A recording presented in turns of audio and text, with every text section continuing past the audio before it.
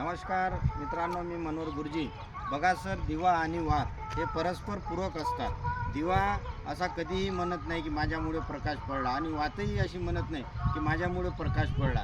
हे दोन्ही एकमेकाला परस्पर पूरक असतात, आणि हे जोपर्यंत एकत्र येत नाही तोपर्यंत प्रकाश पडूच शकत नाही. म्हणून आपण जीवन जगताना सुद्धा काय करायचं असते की आपला जो जीवनसाथी आहे आणि आपण आहे, या दोघांमुळेच आपण या जगामध्ये आपला प्रकाश पाडू शकतो.